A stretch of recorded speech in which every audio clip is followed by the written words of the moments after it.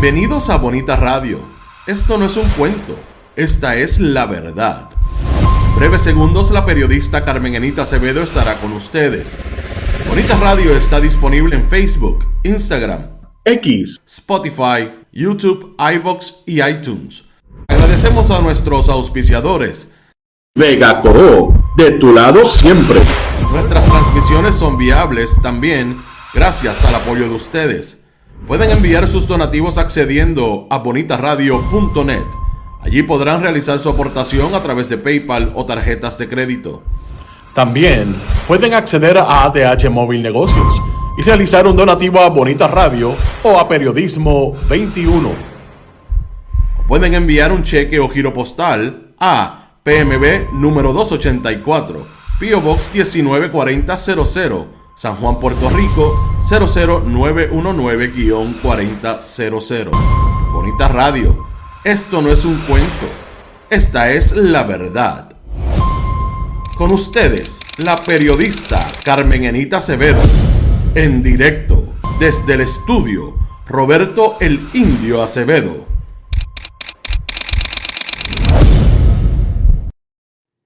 Buenos días, soy Pedro Cardona Roy desde Bonita Radio. Hoy estamos sustituyendo a Carmen Enita Acevedo. Hoy este espacio lo estamos llevando a nombre de El Urbanista. Gracias por conectarse a Esto es lo Último.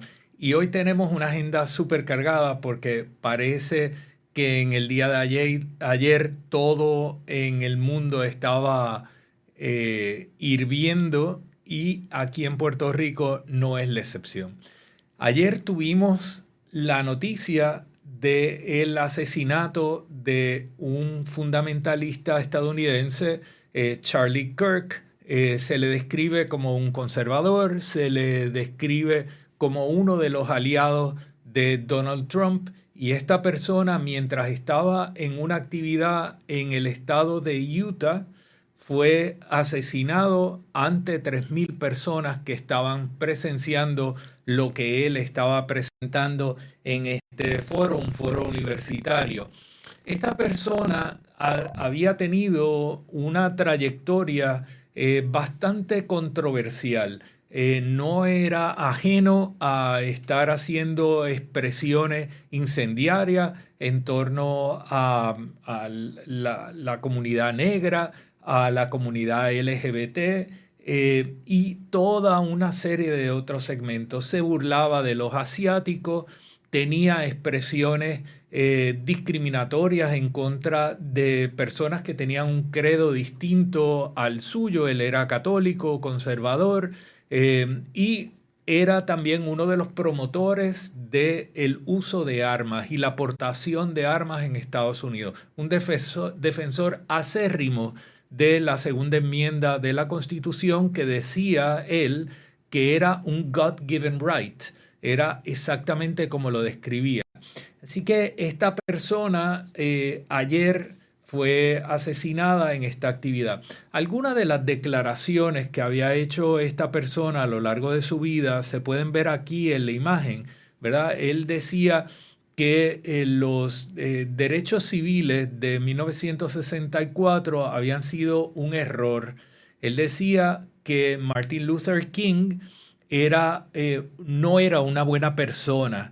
Decía que las paradas del orgullo eran actividades pecaminosas, incitaban al pecado, y como dije aquí, abogaba por la segunda enmienda, y tenía declaraciones que resultan tan irónicas hoy, luego de las noticias que se conocieron el día de ayer, que él decía que el defender el derecho a portar armas, que está recogido en la segunda enmienda de la Constitución del pueblo estadounidense, era algo que podía conllevar que algunas personas lamentablemente murieran, pero era un costo que había que asumir para defender esa segunda enmienda.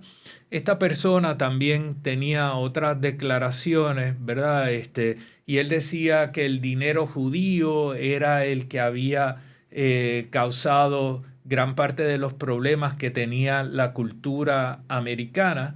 decía que las personas gay eran destructivas y que no tenía problema con que murieran estas personas. Así que creo que nosotros teníamos en la figura de Charlie Kirk a una persona que promovía un discurso violento, una persona que no tenía límites en sus expresiones, y pues ayer alguien decidió hacer un acto terrible y censurable y terminar con la vida de Charlie Kirk. Y creo que es importante que nosotros tengamos la capacidad de separar lo que son las expresiones que uno puede denunciar y censurar como violenta de los actos que se perpetraron en el día de ayer. Quitarle la vida a una persona por lo que piensa es algo que nos deshumaniza. Y creo que condonar ese acto violento de terminar con la vida de Charlie Kirk es un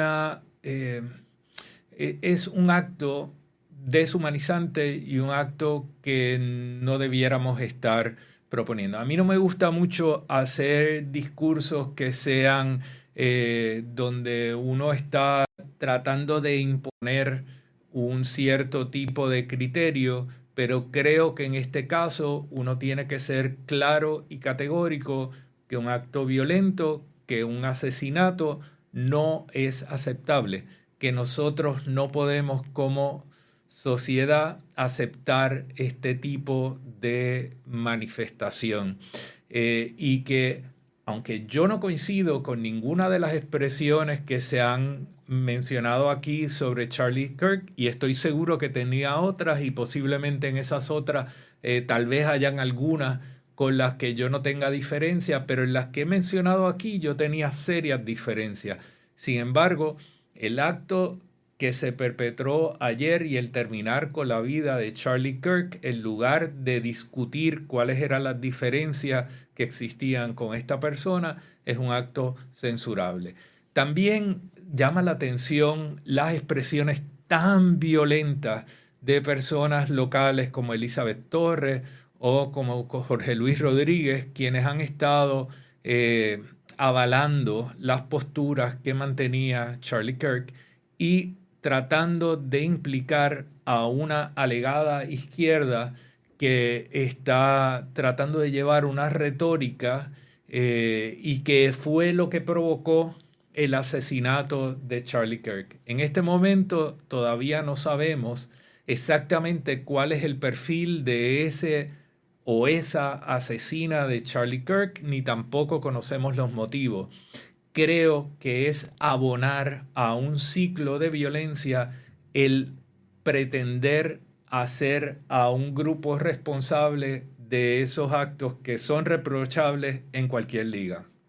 Ayer también hubo otro acto violento en Estados Unidos, que es una nación que en este momento está atravesando un ciclo de violencia sin precedentes desde que entró el presidente Donald Trump al poder, y vimos cómo en otra escuela hubo una masacre.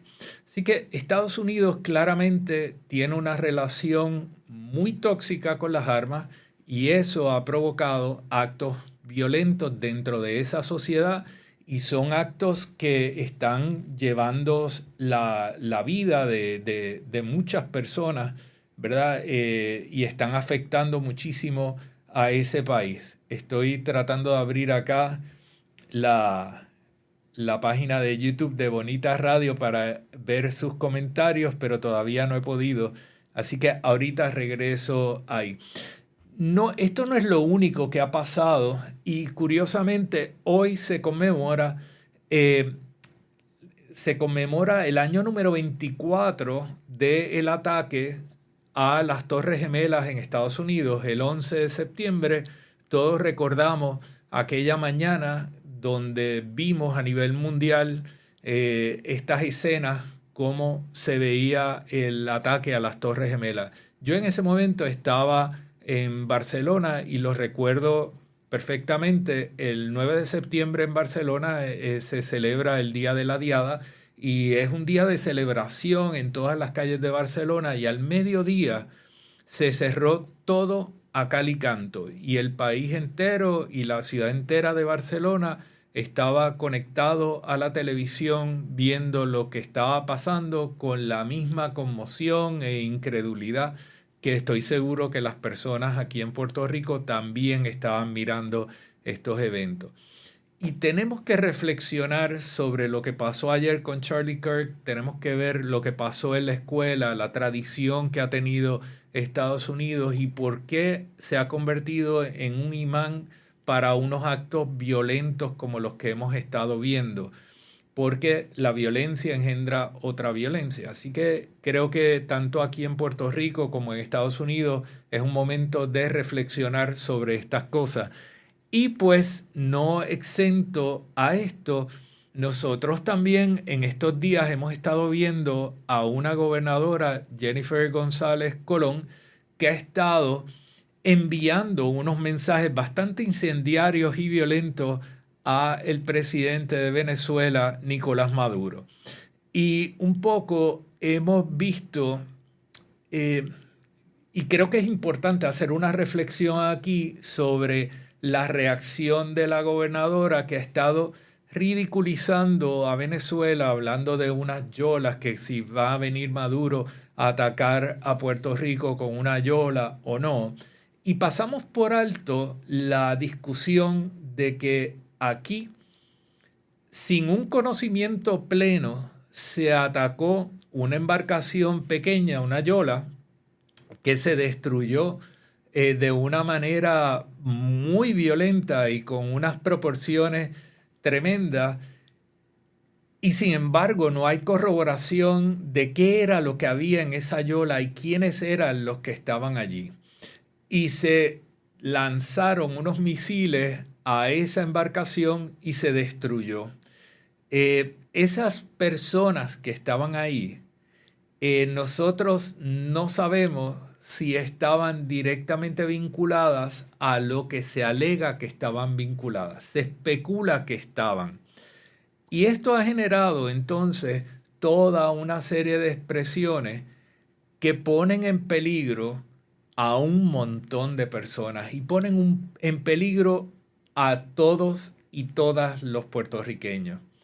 Porque tanto ese acto de lanzar esos misiles contra esa embarcación como las expresiones de la gobernadora Jennifer González atan a Puerto Rico a una discusión en la cual nosotros realmente no tenemos nada que podamos hacer. Somos simples víctimas como un país colonizado que tenemos que vivir las consecuencias de los actos que tienen las acciones de Donald Trump y del gobierno de Estados Unidos. Y vivimos las consecuencias de eso.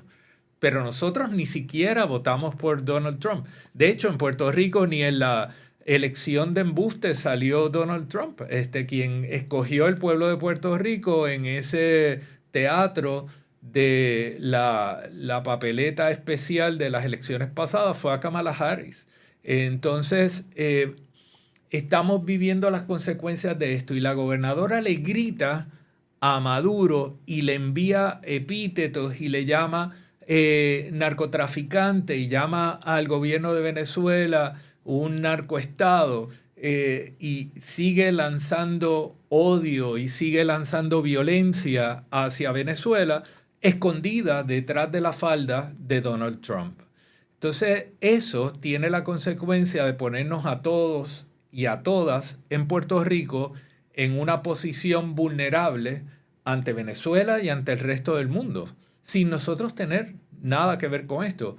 De mi parte, creo que nosotros debemos respetar los gobiernos que son democráticamente electos y en ese sentido el gobierno de Venezuela tiene una democracia muy cuestionable.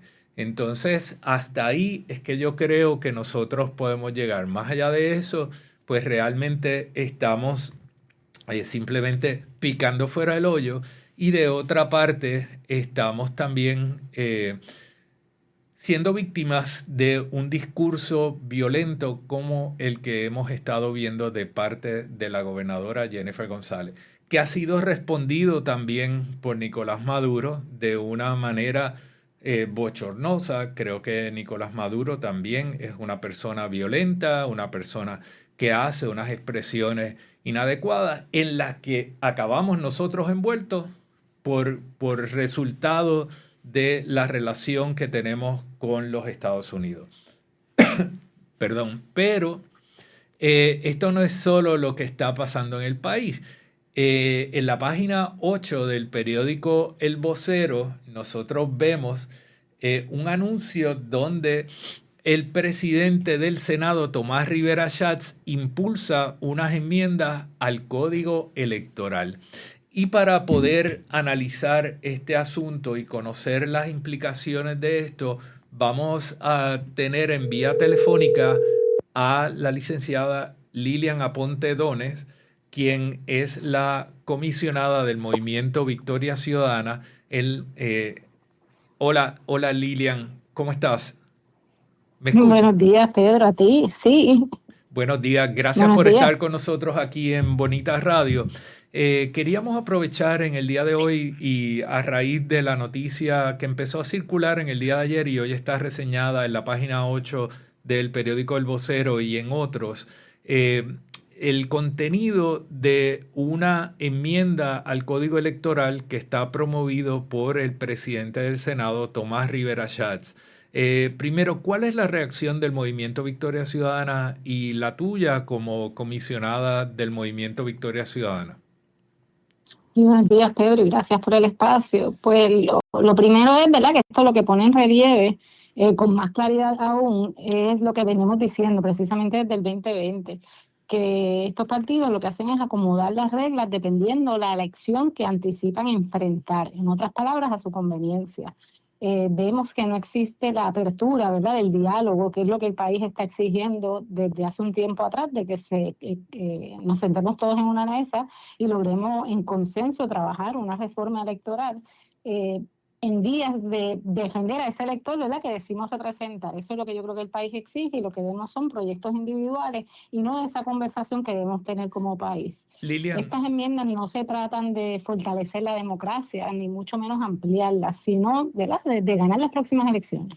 Lilian, yo creo que esto ha sido muy consistente en estos planteamientos y también el Movimiento Victoria Ciudadana ha estado denunciando esto desde, como tú bien mencionas, desde el año 2020. Ahora, estas enmiendas que propone el presidente del Senado, como tú bien indicas, tienen la apariencia de mostrar un sesgo para tratar de favorecer al Partido Nuevo Progresista en las próximas elecciones. Entre ellas, ellos están gestionando el que se baje la edad para poder solicitar el voto adelantado. Y eso lo bajan de 60 a 55, me parece.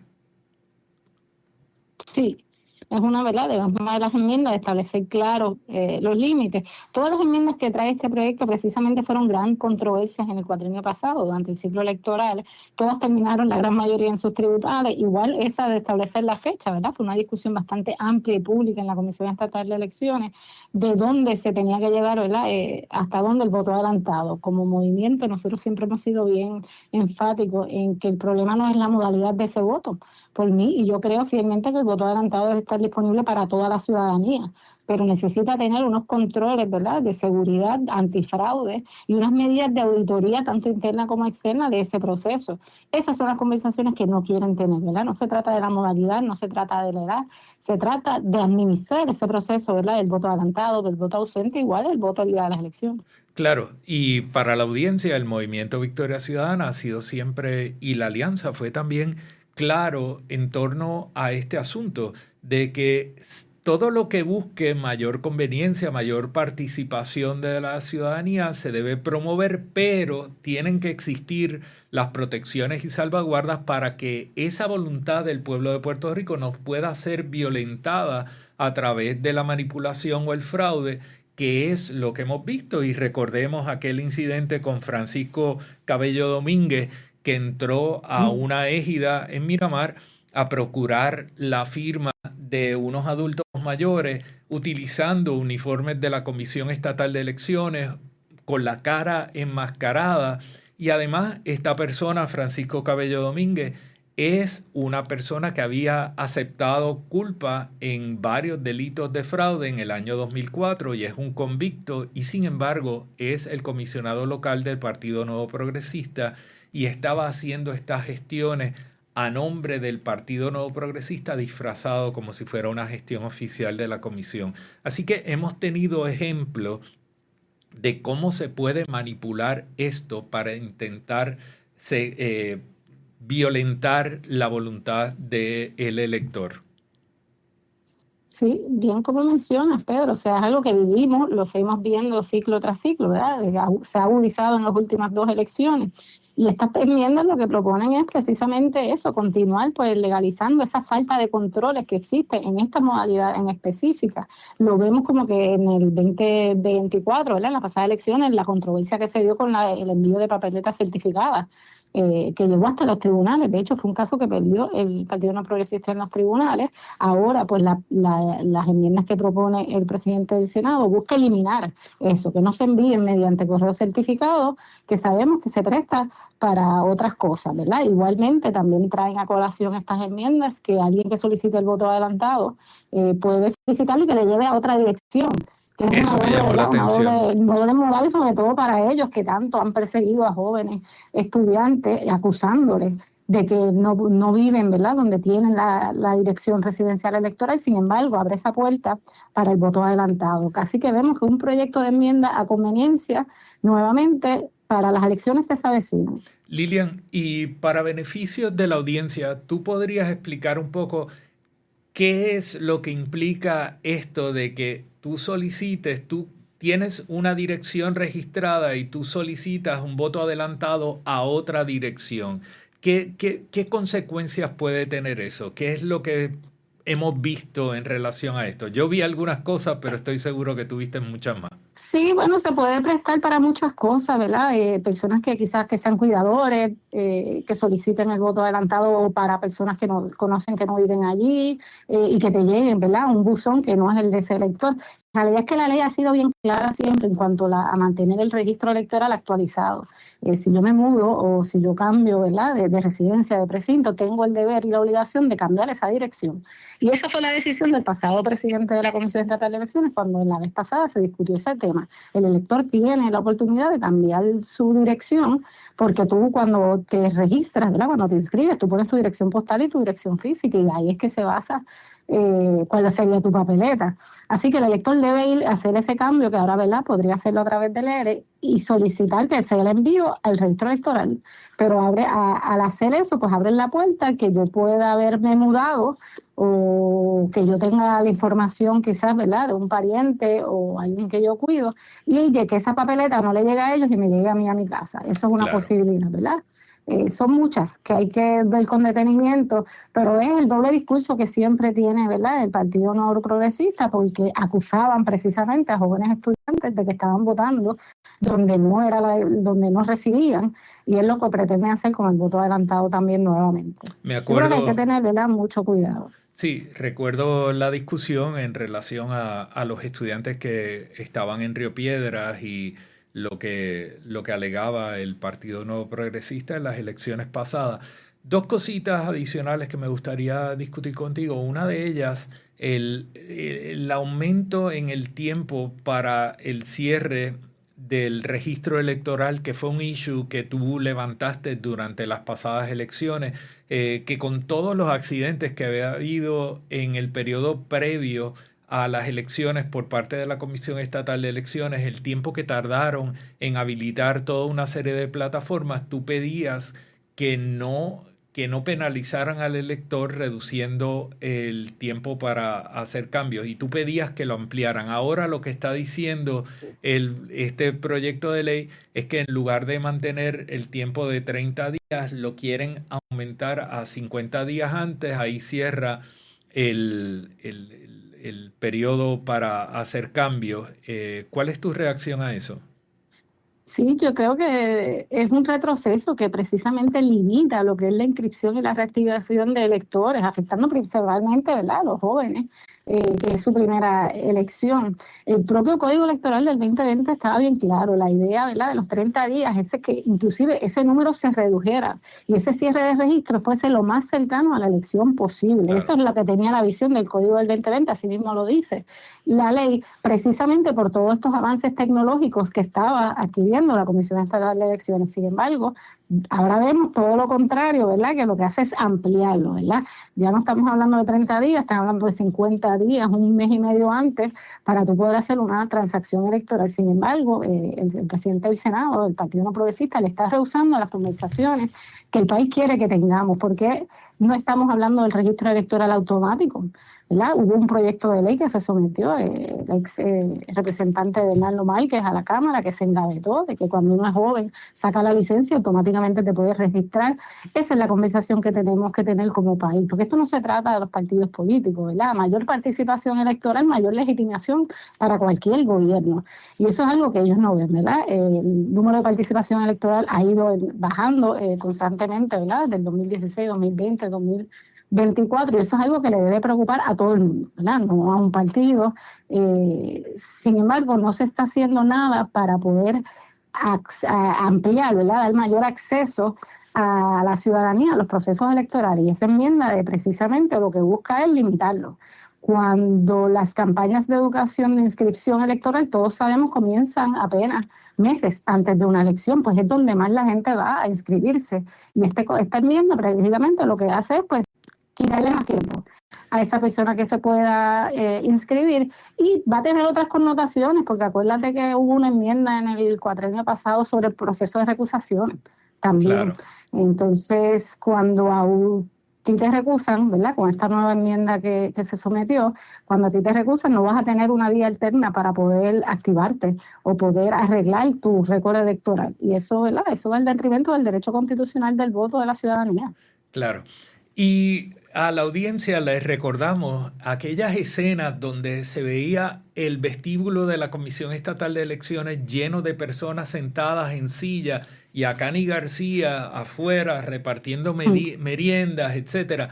Ese era el periodo previo al cierre de esos 30 días antes de las elecciones, y vimos a un montón de jóvenes, y son precisamente los jóvenes los que mostraron una tendencia a votar fuera de las estructuras tradicionales del Partido Nuevo Progresista y el Partido Popular Democrático, y a eso es a lo que está tratando de huir el PNP a través de estas enmiendas.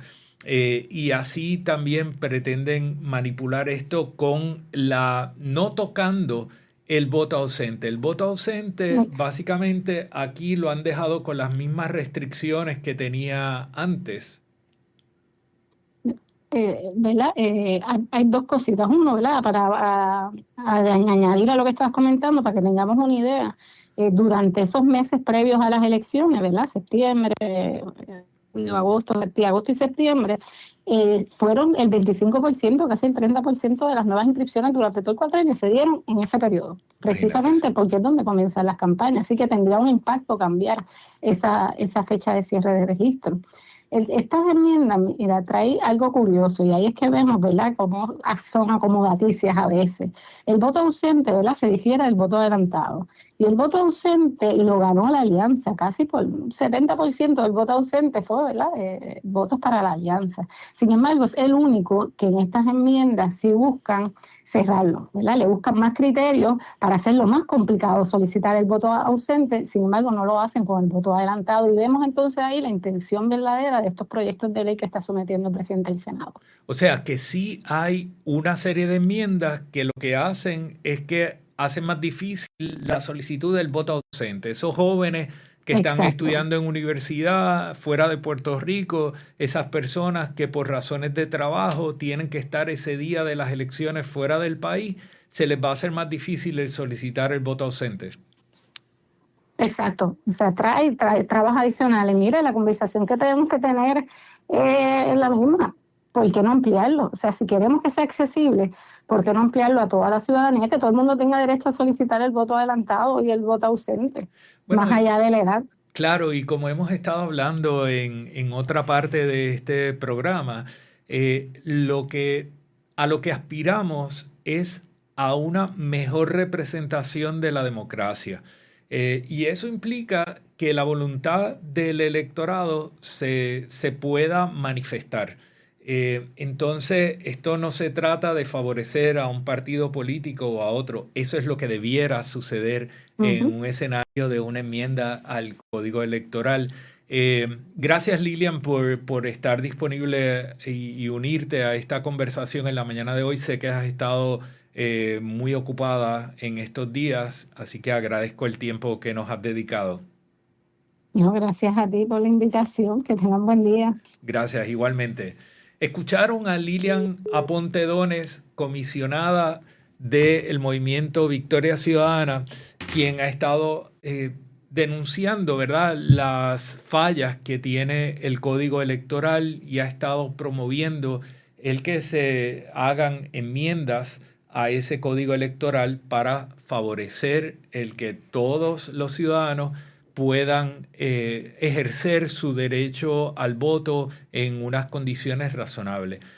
Como decía Lilian, creo que reducir la ventana de tiempo en la que se pueden hacer transacciones electorales tiene un impacto grandísimo sobre el nuevo elector, pero también sobre cualquier persona que tiene un cambio de dirección, que entonces se ve en una fila larguísima y que en ocasiones, 3 meses antes de las elecciones, pues todavía no tiene asegurado el lugar donde va a vivir, y por eso era que se mantenía un periodo más relacionado al evento electoral, o sea, menos de 30 días, para poder hacer estas transacciones y estar hábil para ejercer el derecho al voto el día de las elecciones.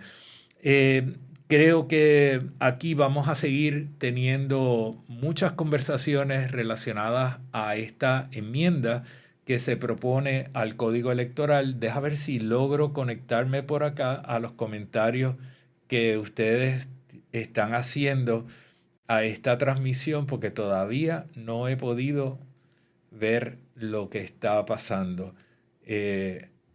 Aquí yo creo que llegamos. Saludos, Edgardo García. Gracias, Ilka, Florence, Ramos. Saludos. Todas las personas que están conectadas y han estado enviando. Les pido disculpas por ahora unirme a esto, pero qué bueno que están por aquí. Saludos a Mildred Lozada también. Ivonne, hola.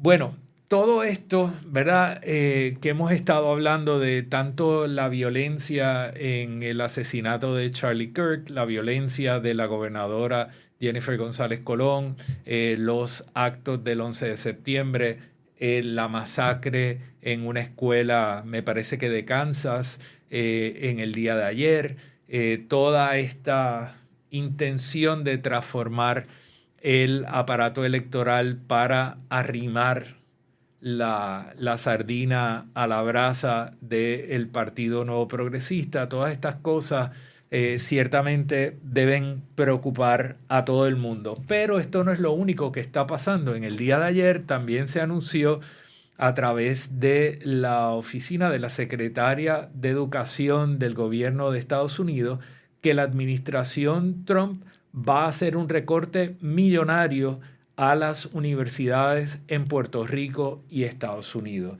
Y en el caso de Puerto Rico, esto tiene graves consecuencias, ¿verdad? Y el Centro para Periodismo Investigativo ha estado realizando un análisis de este asunto y Víctor Rodríguez Velázquez ha estado dando atención a este tema y ha hecho una investigación bastante profunda sobre este asunto. En el caso de Puerto Rico hay 56 universidades que se van a ver afectadas por esto. No es solamente la UPR, no es solamente la universidad pública. Aquí está Ana Geméndez, GDP College, está la Universidad Politécnica y otras, porque hay toda una serie de programas que se ven afectados por esto. Y entre otras cosas, Puerto Rico durante años ha tenido la posibilidad de enviar a estudiar, a hacer estudios universitarios a un montón de personas, porque por las condiciones que existían en la legislación federal podían solicitar fondos como siendo parte de un grupo de minoría. Estos fondos se eliminan con las nuevas determinaciones de la administración de Donald Trump, y eso tiene serias implicaciones para programas educativos, para el financiamiento de algunas de estas universidades y ciertamente para la educación superior de miles de puertorriqueños y puertorriqueñas. ¿Dónde se va a ver el impacto principal? Pues nosotros vamos a ver un gran impacto en el recinto universitario de Mayagüez, en el sistema Ana G. Méndez, en la Universidad de Puerto Rico, recinto de Río Piedra. Tenemos también impactos en la Universidad Interamericana y en otras. Hay que tener en mente, ¿verdad?, que uno de los vehículos que tienen los países, estados y jurisdicciones para potenciar una movilidad social, el que una persona pueda salir de la pobreza y pueda entrar a la clase media y continuar en una línea ascendente, es la educación. Y si nosotros eliminamos o reducimos esa posibilidad de personas para entrar en esa cadena, para ascender en estos procesos, entonces vamos a tener una sociedad que está más comprometida y que va a tener menos oportunidades de progreso económico y social en el futuro. La educación es una pieza fundamental y ciertamente estos programas y estas determinaciones de la administración Trump tienen consecuencias para el futuro de Puerto Rico y el futuro de puertorriqueños. Así que creo que nosotros debemos estar muy, muy pendientes y muy preocupados en este momento con esto que está sucediendo. Pero como les dije, esto no es lo único que está pasando en el país. También en el día de ayer, un grupo de ciudadanos junto a Escambrón Unido presentó un recurso de revisión ante el Tribunal Supremo por la determinación a la que llegó el Tribunal de Apelaciones en una demanda que se presentó recientemente en el caso del Hotel Normandy y el desarrollo del Escambrón. En esa demanda se estaba levantando el asunto que durante el proceso de otorgación del contrato al grupo Ishai y Normandy OZ no hubo una participación pública adecuada, que además no se hicieron unos análisis ambientales de los impactos que iban a tener estas acciones sobre la vida marina, sobre elementos de fauna y flora y sobre el Parque del Escambrón y el Sisto Escobar. Y estos planteamientos, cuando se presentaron ante el Tribunal de Apelaciones, la conclusión del Tribunal de Apelaciones era que el grupo de Escambrón Unido y los ciudadanos que se unieron a este esfuerzo no tenían legitimación activa para presentar el recurso. Y que en adición, aquí lo que había era una alegación de que podía haber un riesgo, no había una demostración de un impacto adverso de las acciones que se estaban señalando. O sea, lo que decía el tribunal, que si aquí no hay una consecuencia palpable y que se pueda cuantificar, no se puede presentar el recurso como se presentó.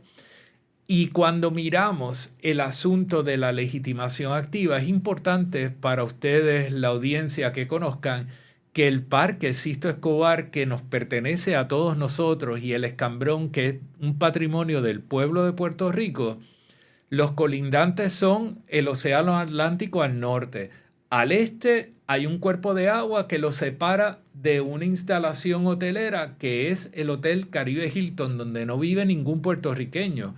Al sur lo que hay es el Tribunal Supremo, donde tampoco vive nadie, y Maite Oronoz, la presidenta del Tribunal Supremo, y los jueces del Tribunal Supremo no tienen posibilidad de constituirse como vecinos que viven en este lugar, aunque pasen muchas horas en ese recinto del Tribunal Supremo. Y al oeste está el antiguo Club de Oficiales, que está desocupado y hoy le pertenece al pueblo de Puerto Rico. Y ante ese escenario, el Escambrón y el Sisto Escobar no tiene posibilidad de que haya una persona con pulso y latidos que tenga la capacidad de presentarse ante un tribunal y decir: yo tengo legitimación activa para invocar esto. Sin embargo, de nuevo, y creo que esto lo hemos hablado en el caso de Sol y Playa y en tantos otros recursos, el pueblo de Puerto Rico es el legítimo titular de estos activos. Y por una interpretación que se le ha dado a la ley, dejan fuera de toda posibilidad que alguna persona pueda invocar esa naturaleza de ser coparte, ser codueño de ese activo y poder recurrir al tribunal ante un acto ilegal. Recordemos que Miguel Romero Lugo suscribió un acuerdo a puerta cerrada con el grupo Ishai sin haber realizado un proceso de subasta, sin haber solicitado propuesta como requiere el Código Municipal, sin haber notificado que tenía la intención de alterar la naturaleza de unos bienes de uso público como son unas instalaciones deportivas, para convertirlas en un estacionamiento para el aprovechamiento de un individuo. Entonces, estas acciones de Miguel Romero Lugo ya de por sí son unas acciones que son ilegales. Sin embargo, no hay posibilidad de presentar un recurso y reclamar que hay legitimación para presentar el mismo, porque de acuerdo a la interpretación que se le ha dado a la ley, si usted no es un vecino inmediato y si usted no puede demostrar que hay un daño palpable que se pueda cuantificar, entonces no hay posibilidad de invocar este recurso. Por eso el Grupo de Escambrón Unido y la Clínica de Asistencia Legal de la Universidad Interamericana presentaron este recurso de revisión ante el Tribunal Supremo para que sea ese foro el que evalúe los planteamientos de este grupo y su representación legal para determinar si existe o no posibilidad de presentar y correr este recurso. Creo que es un caso importante. Recientemente nosotros escuchamos al senador independiente Molina Pérez, que estuvo haciendo unas declaraciones donde él decía que esto ya estaba resuelto, que el alcalde de San Juan había desistido de este desarrollo y que el desarrollo no iba. Sin embargo, luego de las declaraciones de Molina Pérez, no hemos escuchado nada de parte del alcalde de San Juan, Miguel Romero Lugo. Previo a las declaraciones de Molina Pérez, en un programa en una emisora de radio, el alcalde de San Juan, ante preguntas de Giancarlo González, dijo que si por él fuera, él no estaría promoviendo el desarrollo del Hotel Normandy. Él entiende que es un adefesio, él entiende que es una estructura enferma, él piensa que sería mejor demolerlo y abrir ese espacio para que sea un espacio abierto, parte que pueda disfrutar también la ciudadanía y que se convierta en un área de captación y toda una serie de cosas muy bonitas, pero en sus manos estaba el suscribir o no este contrato, en sus manos está el rescindir el contrato con el grupo Ishai. Sin embargo, no hay noticia de que lo haya hecho, a pesar de las declaraciones que hizo el senador hace algunos días. Así que vamos a seguir pendientes, vamos a mantenerles al tanto. La semana próxima tendremos posiblemente a Gradisa Fernández de Escambrón Unido, una de las lideresas que ha estado trabajando con este asunto desde el día 1 y que llevan ya 3 años frente a el Hotel Normandy haciendo manifestaciones constantes todos los lunes para denunciar este asunto y reclamar de la ciudadanía el respaldo en torno a estos reclamos. Pero, como les dije, el país produce situaciones por todos lados.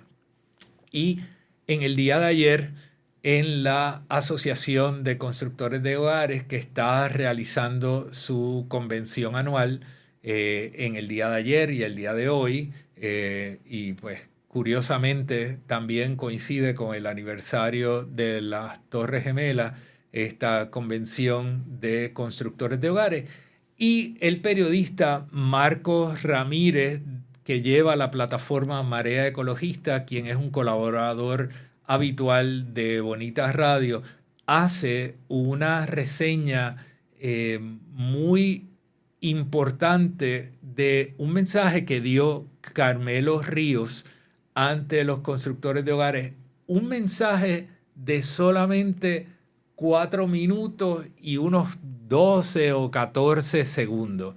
Ese mensaje muy breve de Carmelo Ríos expone quiénes son los funcionarios de la administración actual que responden a los constructores de hogares. En ese mensaje de Carmelo Ríos, él dijo que Waldemar Quiles es aliado de los constructores de hogares. Habló también del secretario de Transportación y Obras Públicas, habló del director de la Oficina de Gerencia de Permisos, habló del secretario de Desarrollo Económico Negrón Reicher, habló del presidente de la Junta de Planificación, Héctor Morales, y todas estas personas fueron señaladas como amigos o aliados de los constructores de hogares. Carmelo Ríos expuso la relación que ha tenido el inversionismo político con la gestión gubernamental en esos 4 minutos con 14 segundos. Y de una manera incisiva, como siempre, y muy precisa, también como siempre, que caracteriza a Marcos Pérez Ramírez, vimos cómo Marcos fue desglosando esos discursos de 4 minutos o ese discurso de 4 minutos y lo convirtió en un artículo que está disponible en la página de Marea Ecologista. No queda duda de dónde está parado Carmelo Ríos, pero no queda duda de la relación que tiene la administración actual con el inversionismo político que ha llevado a estas personas al poder. Y nosotros tenemos que estar muy pendientes a esto, y esto viene vinculado, ¿verdad?, también a unas expresiones del presidente de la Asociación de Constructores de Hogares, ¿verdad?, que dice que él va a estar promoviendo el que se aumenten los terrenos que están disponibles para el desarrollo de vivienda. ¿Por qué? Porque como parte de sus discursos, la Asociación de Constructores de Hogares ha estado diciendo que uno de los principales impedimentos para el desarrollo y para la actividad de su industria ha sido el plan de uso de terreno, que no tiene suficientes terrenos para el desarrollo de vivienda. Y tenemos que recordar que del año 2015, cuando se aprobó el plan de uso de terrenos, al año 2025, Puerto Rico ha perdido casi 1 millón de habitantes. Ha habido una migración masiva hacia Estados Unidos y a otros lugares, y eso ha hecho que Puerto Rico tiene una gran desocupación de unidades de vivienda y hay sectores enteros donde no vive nadie. Entonces, eso, si nosotros lo miramos también en el contexto de qué era lo que proyectaba el plan de uso de terreno, que había separado 35.575 cuerdas para desarrollo futuro.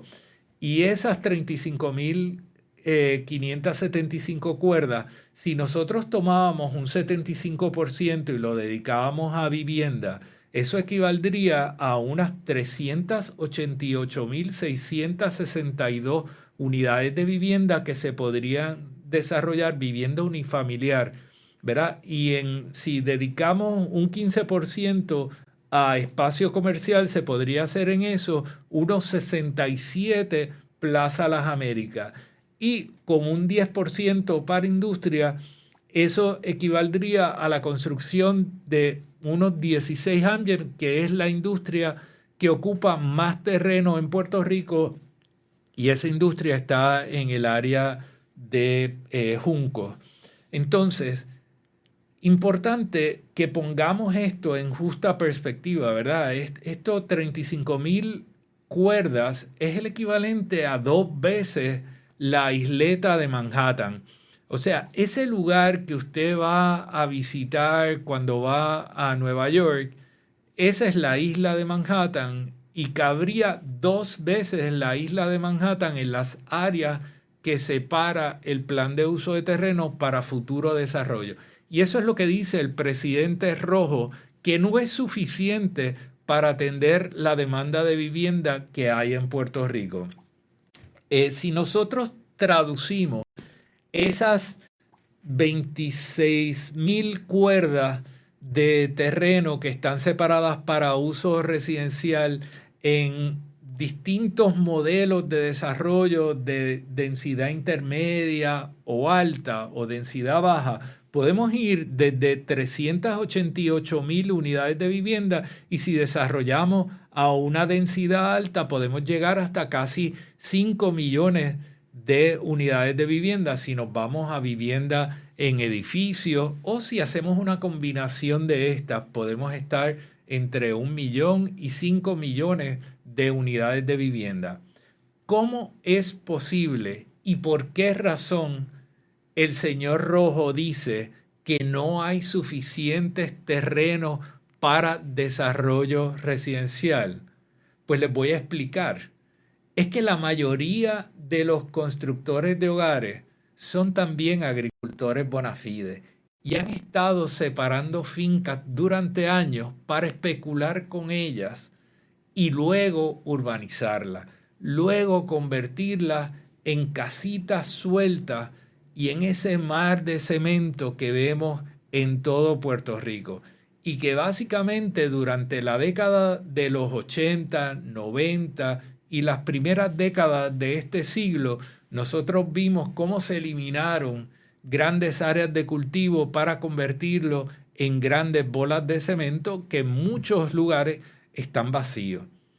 Entonces, esa es la razón. Ellos han estado especulando con estos terrenos y ahora están tratando de aprovechar el vínculo que señaló Carmelo Ríos, que ellos tienen con el grupo de la administración actual, los desarrolladores con el grupo de la administración actual, y entonces ahí pueden hacer su agosto y convertir en millones de dólares la especulación que han estado realizando con estas antiguas fincas agrícolas. ¿Por qué son agricultores bona fide muchos de los desarrolladores?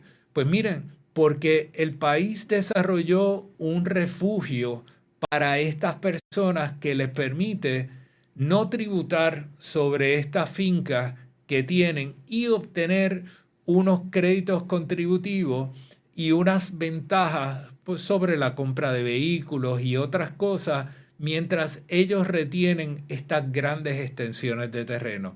¿Dónde es que convierten esas extensiones de terreno en algo aprovechable?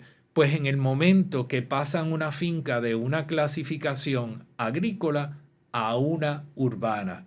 Ese cambio en muchas ocasiones representa un 300% de aumento en el valor de la finca y en ocasiones hasta incluso más. Así que esa es la razón que está detrás de todo esto.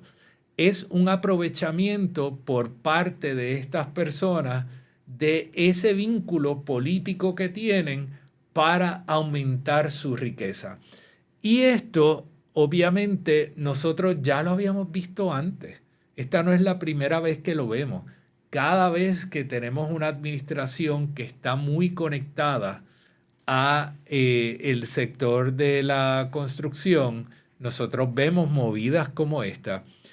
Y en meses recientes nosotros hemos visto cómo la Junta de Planificación ha emitido un montón de resoluciones, y el otro día estaba revisando algunas resoluciones recientes y entre ellas vemos una donde básicamente a través de una resolución interpretativa ellos han vuelto a poner, la Junta de Planificación ha vuelto a poner en vigencia todas las consultas de ubicación desde los años 70.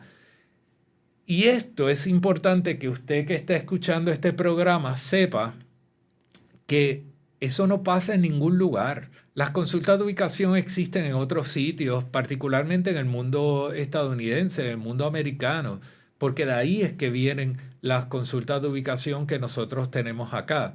Pero esas consultas de ubicación, y aquí en Puerto Rico hasta el año 2009, las consultas tenían término. Las consultas se aprueban y tienen un término de vigencia de 4 años, y algunas pudieran ser extendidas un poquito más allá de eso. La mayoría son de 2 años, algunas se extienden a 4 y algunas pueden tener una extensión adicional. En el caso de Puerto Rico no tienen término desde que llegó Luis Fortuño Burset al gobierno y hace la reforma de permiso y se prepara la primera versión del reglamento conjunto. Y a través de esta resolución interpretativa que emitió la Junta de Planificación hace apenas un mes, todas las consultas de ubicación, incluso las que se presentaron en los años 60 y 70, vuelven a estar vigentes. Entonces, esto tiene graves consecuencias para recursos naturales, tiene graves consecuencias para el país. Cuando se aprobaron consultas de ubicación como las de Cocoa Beach o las de Palmas del Mar o las de Columbus Landing, en su momento esas consultas de ubicación o no habían hecho un análisis ambiental completo o no lo tenían que hacer en ese momento. Y ha habido una serie de hallazgos y una serie de desarrollos de conocimiento y también cambios que se han dado en erosión costera, en situaciones de inundabilidad de terreno que hoy se conocen, y sin embargo estas consultas de ubicación no están atemperadas a ese conocimiento que se tiene y a esa información ambiental, y por ende el desarrollo de ellas puede tener graves consecuencias para la estabilidad de sistemas naturales, pero también para la seguridad y la garantía de vida y propiedad en múltiples sectores de Puerto Rico. Así que es de interés de todos nosotros en Puerto Rico que este tipo de asuntos se traiga a la atención y que nosotros midamos lo que está diciendo la Asociación de Constructores de Hogares y Carmelo Ríos para que podamos participar de esta conversación con conocimiento y podamos invocar nuestro derecho a la protección del ambiente. Lo último que voy a cerrar acá en la mañana de hoy es que también sale en el periódico El Vocero la noticia de que en el año 2027 se van a reducir las zonas de oportunidad, que aquella determinación que se llegó bajo la administración Biden de que el 98% de Puerto Rico caía bajo las zonas de oportunidad, alegadamente para poder atender la situación de crisis que enfrentaba Puerto Rico luego de los huracanes Irma y María, cesa en el año 2027 para convertirse en un parámetro equivalente a lo que tiene el resto de las jurisdicciones en Estados Unidos, que es un 25% del territorio el que puede tener la clasificación de zona de oportunidad. Esto ha hecho que se haya acelerado el proceso de identificación y reconocimiento de proyectos estratégicos que están atemperados con esa clasificación de zona de oportunidad, y Negrón Reichard, el secretario de Desarrollo Económico, ha estado pues dando atención supuestamente y dando trámite a un montón de solicitudes que estaban detenidas dentro del departamento, solicitudes de decretos de zona de oportunidad. Las zonas de oportunidad en Puerto Rico, desde su creación hasta el presente, no han tenido gran impacto económico, sí han tenido gran impacto y daño ambiental, porque parte de lo que se hizo fue eximir del cumplimiento de leyes ambientales locales y de procesos locales. Y esto ha tenido consecuencias en desarrollos en toda la isla que ahora se enfrentan a sistemas naturales. Sin embargo, la ineficiencia de la administración de Pedro Pierluisi Urrutia y de Jennifer González impidieron que esto se hubiera convertido en un desastre de mayor proporción a lo que es actualmente. Así que vamos a ver qué representa esto, qué va a pasar durante el año 2026 y cómo se manifiesta estos decretos al cierre de ese plazo de tiempo que se ha establecido para culminar con esa zona que abarcaba el 98% del territorio para convertirlo en un 25%. El 1 de enero de 2027 cierra el decreto de zona de oportunidad para el 98% de Puerto Rico a raíz del One Big Beautiful Bill de Donald Trump. Vamos a seguir presentes y al tanto y dando seguimiento a estos asuntos porque son asuntos que no terminan con la mera notificación de noticias. Les agradezco el que se hayan conectado. Esto es lo último. Ponlo en la nevera. Recuerden aportar a Bonitas Radio. A través de Bonitas Radio ustedes pueden hacer una aportación económica y también agradecemos hoy a Rodrigo Otero Goico su colaboración y dirección en este programa. Me despido por acá. Que tengan todos buen día. Este programa fue traído a ustedes por Vega Coro, de tu lado siempre. No olvide que puedes realizar sus donaciones a través de ATH Móvil Negocios, a Bonitas Radio o a Periodismo 21. O puede acceder a nuestra página de internet bonitasradio.net y donar a través de PayPal o tarjetas de crédito. También puede enviar cheques o giros postales a nombre de la Fundación Periodismo Siglo XXI, PMB 284, P.O. Box 194000, San Juan, Puerto Rico 00919-4000. Bonita Radio, esto no es un cuento, esta es la verdad.